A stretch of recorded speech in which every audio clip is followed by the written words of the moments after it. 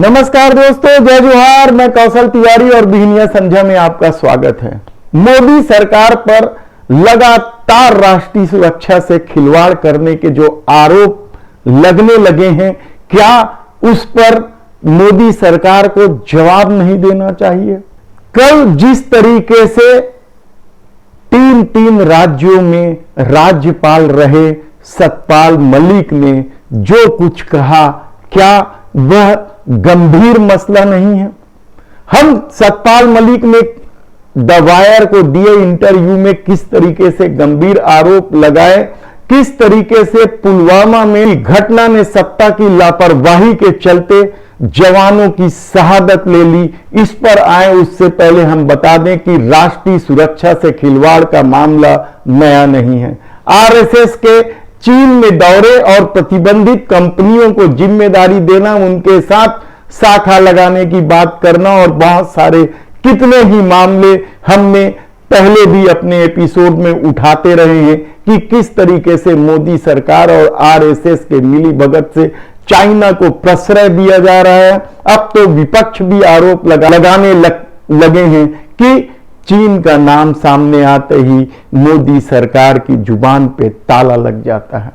लेकिन इस सबसे भी गंभीर मसला था हिंडनबर्ग की उस रिपोर्ट में, जिसमें अडानी समूह के साथ या गौतम अडानी के साथ उस चाइना के नागरिक की मौजूदगी थी जो संदिग्ध माना जाता है, जिसके खिलाफ कार्रवाई की बात भी होते रही है। ऐसे व्यक्ति के साथ गौतम अडानी, विनोद अडानी की तस्वीरें क्या करती है?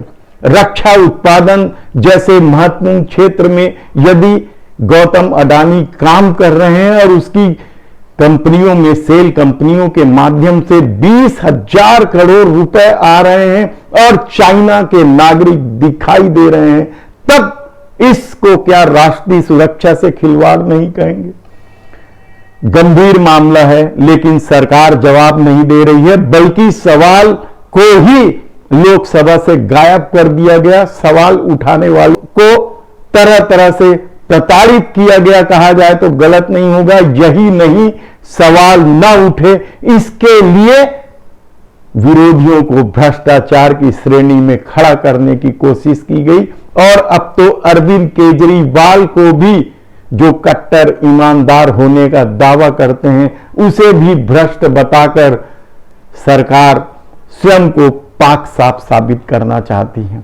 हम इस पर विस्तार से फिर कभी बात करेंगे कि आखिर अरविंद केजरीवाल क्यों निशाने पे हैं मोदी सरकार के।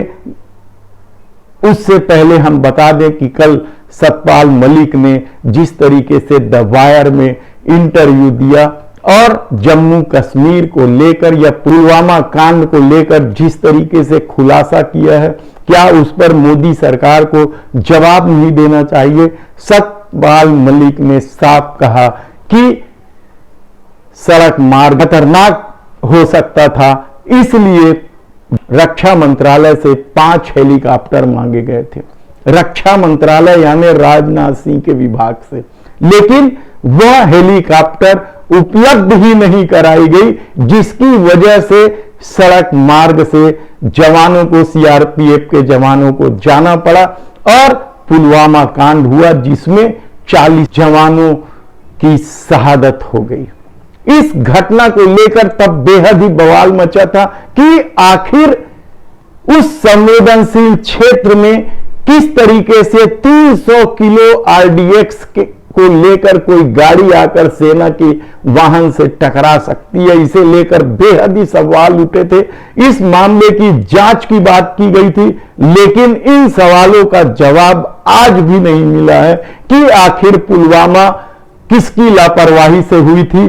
और इस घटना के समय देश के प्रधानमंत्री नरेंद्र मोदी एक विदेशी फिल्म की शूटिंग कर रहे थे, कहा जाए डॉक्यूमेंट्री की तो गलत नहीं होगा, वे बेपरवाह थे। हालांकि 18 घंटे वे काम करते हैं, लेकिन शूटिंग के लिए समय निकाल लिए थे।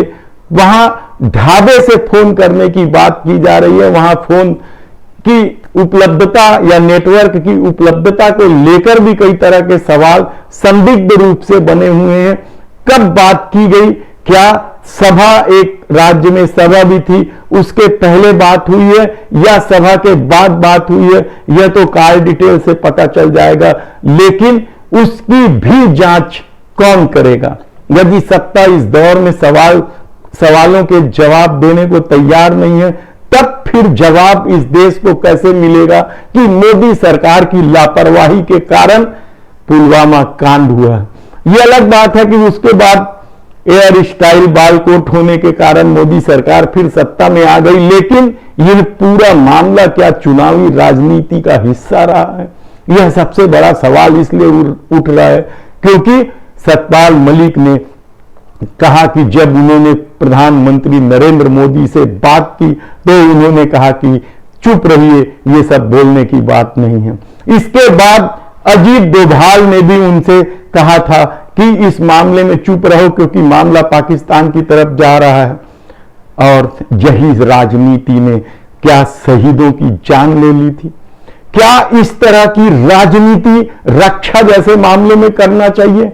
क्या मित्र प्रेम के चलते रक्षा उत्पादन के क्षेत्र में अडानी और चीनी नागरिक को लेकर जो संबंध उजागर हो रहे, क्या उसकी जांच नहीं होनी चाहिए? जब अडानी समूह रक्षा उत्पादन जैसे क्षेत्र में है, तब क्या 20,000 करोड़ रुपए बाहर से आते हैं, विदेश से आते हैं, सेल कंपनियों के माध्यम से आते हैं, उसकी जांच नहीं होनी चाहिए? क्या आरएसएस की भूमिका को लेकर एक बार फिर सवाल जब उठने लगे हैं, तो क्या उसकी जांच नहीं होनी चाहिए? सवाल बहुत सारे हैं, लेकिन सत्ता इस दौर में जवाब ही नहीं देना चाहती। छत्तीसगढ़ के मुख्यमंत्री भूपेश बघेल ने भी सतपाल मलिक के खुलासे के बाद कहा है कि मोदी सरकार को जवाब देना चाहिए, लेकिन क्या मोदी सरकार इस दौर में जवाब देने को तैयार है? वह हिडनबर्ग की रिपोर्ट पर जवाब नहीं देती है, डिग्री जैसे मामले पर भी कोई जवाब नहीं देती है, और भी कितने ही मामले हैं, महंगाई, बेरोजगारी, अग्निवीर योजना, कितनी ही बातें हैं जिस पर मोदी सरकार कोई जवाब देना नहीं चाहती। पेगासस जासूसी कांड भी तो सबसे बड़ा जासूसी कांड है, उस पर भी क्या जवाब मिला? नोटबंदी को लेकर क्या कुछ गढ़ा गया था, क्या उसका जवाब मिला? जीएसटी की घोषणा करते समय इसे नई आजादी बताई गई थी, क्या उस पर कोई जवाब मिला? क्या व्यापारी खुश हैं जीएसटी से? ऐसे कितने ही सवाल है, लेकिन सबसे बड़ा सवाल तो राष्ट्रीय सुरक्षा से खिलवाड़ या फिर राजनीति के लिए सेना का इस्तेमाल, यह सबसे बड़ी बात है। धन्यवाद।